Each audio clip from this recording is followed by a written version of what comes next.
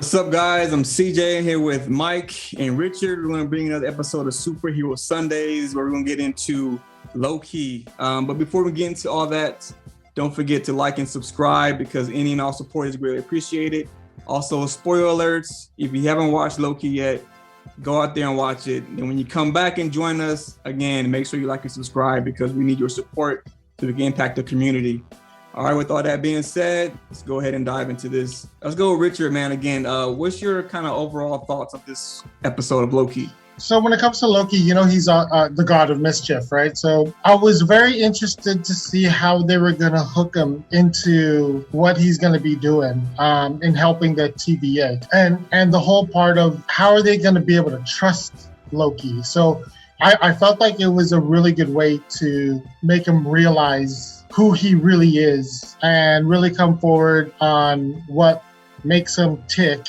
They did that really well because I was just kind of expecting that, you know, eventually he's just going to backstab everyone, right? But I really think that this episode should have been titled Humble because exactly what they did to the whole episode was take Loki at that point in time in 2012 or whatever, the timeline of Avengers, because it's not the Loki that died in Endgame, the one that got, you know, went through ups and downs of his life and stuff like that.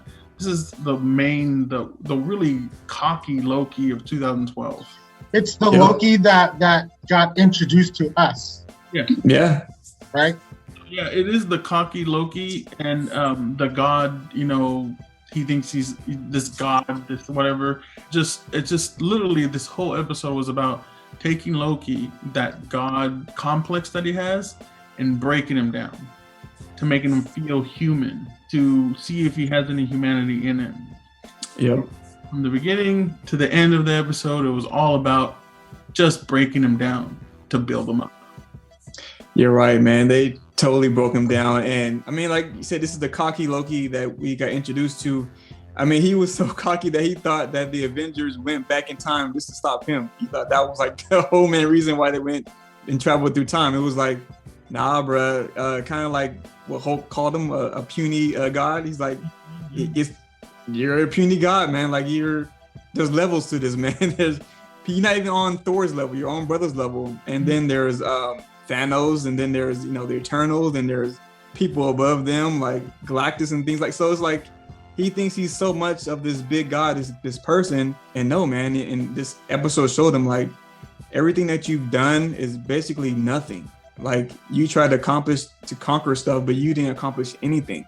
You literally got your parents killed. Basically, he said, for a person who thinks you can just rule and that you're a god, you sure do lose a lot.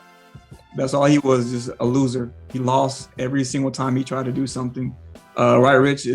Am I speaking truth, or what do you think, man?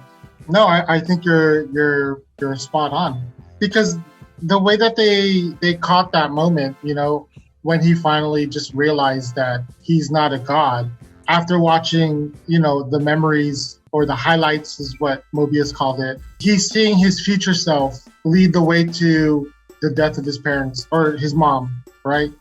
He's seeing how his dad died. And then most importantly, he sees himself dying in the hands of Thanos. And it's kind of cool how they tied that in, because once that happened, it's the end of the film because he's dead. There's nothing else to write about. When they caught that, and I was even like, now he knows. Yeah, he realizes that basically all his efforts were just for nothing, man. You didn't accomplish anything. And that's the big thing. Like Mobius asked him, was like, or like what Richard said too, is like, what makes Loki tick? Like, what do you think makes Loki tick, man? It's just basically he just has this, I don't know, something about authority. Like he wants to conquer. He wants to be a person that's important, or look at it as important. And I think it's because of, you know, him being adopted. He's seen his brother and his stepdad, you know, being these rulers, and he's just really nobody. He was really supposed to be a slave. But I don't know, Mike, what do you think about him? Man, he has like this god complex. Now I don't know what's up with him. Well, I mean, he technically is a god, you know, Loki, god of mischief. But I think it's because it all stems for him wanting to be out of everybody's shadow.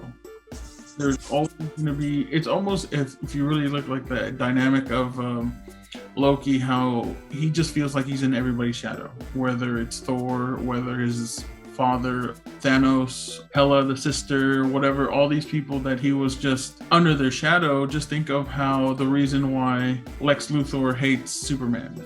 Lex Luthor has almost the same kind of complex where he hates being under the shadow of somebody that he literally has to look up to, which is Superman, because Superman's always looking down upon Earth.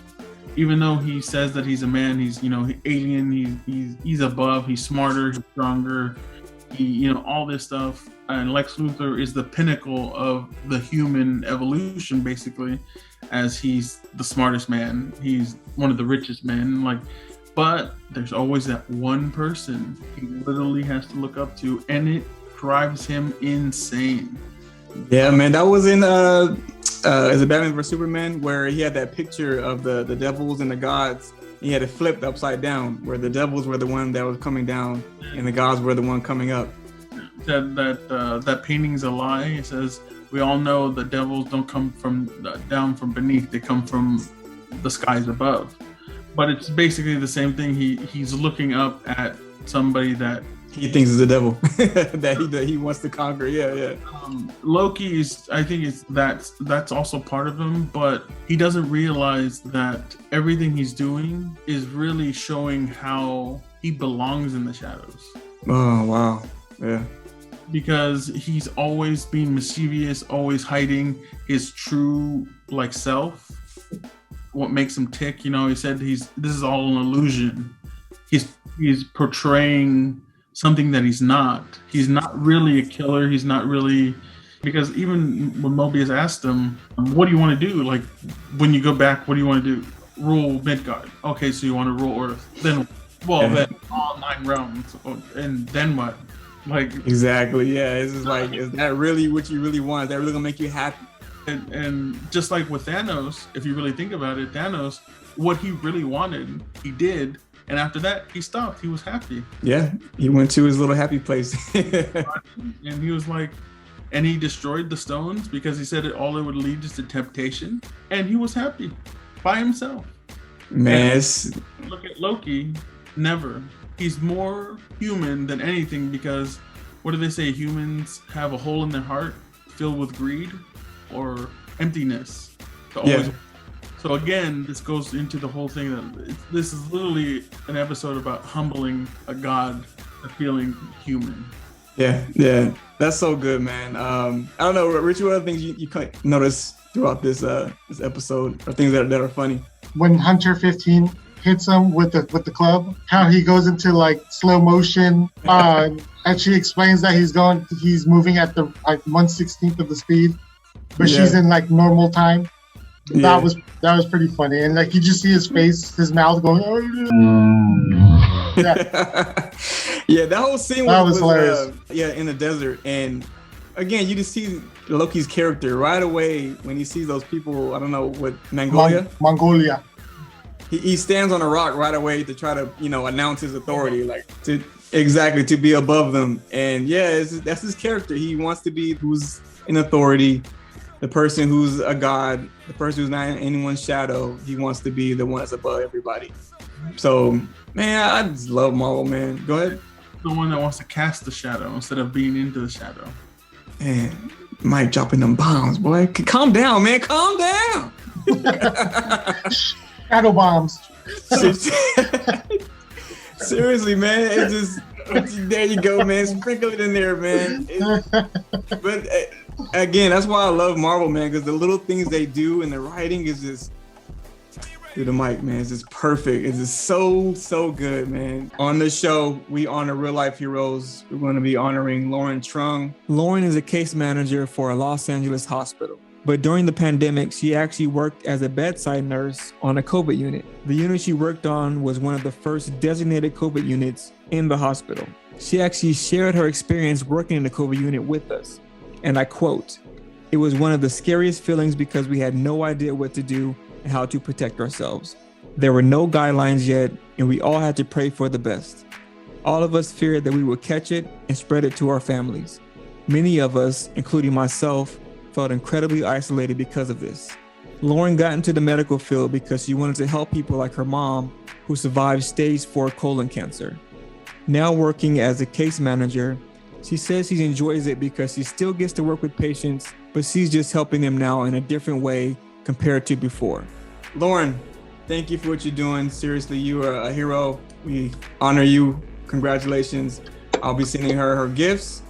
And again, thank you for watching. That's another episode of Superhero Sundays. Tune in next week. We'll get into some more great topics. God bless you guys. Take care. Have a good one.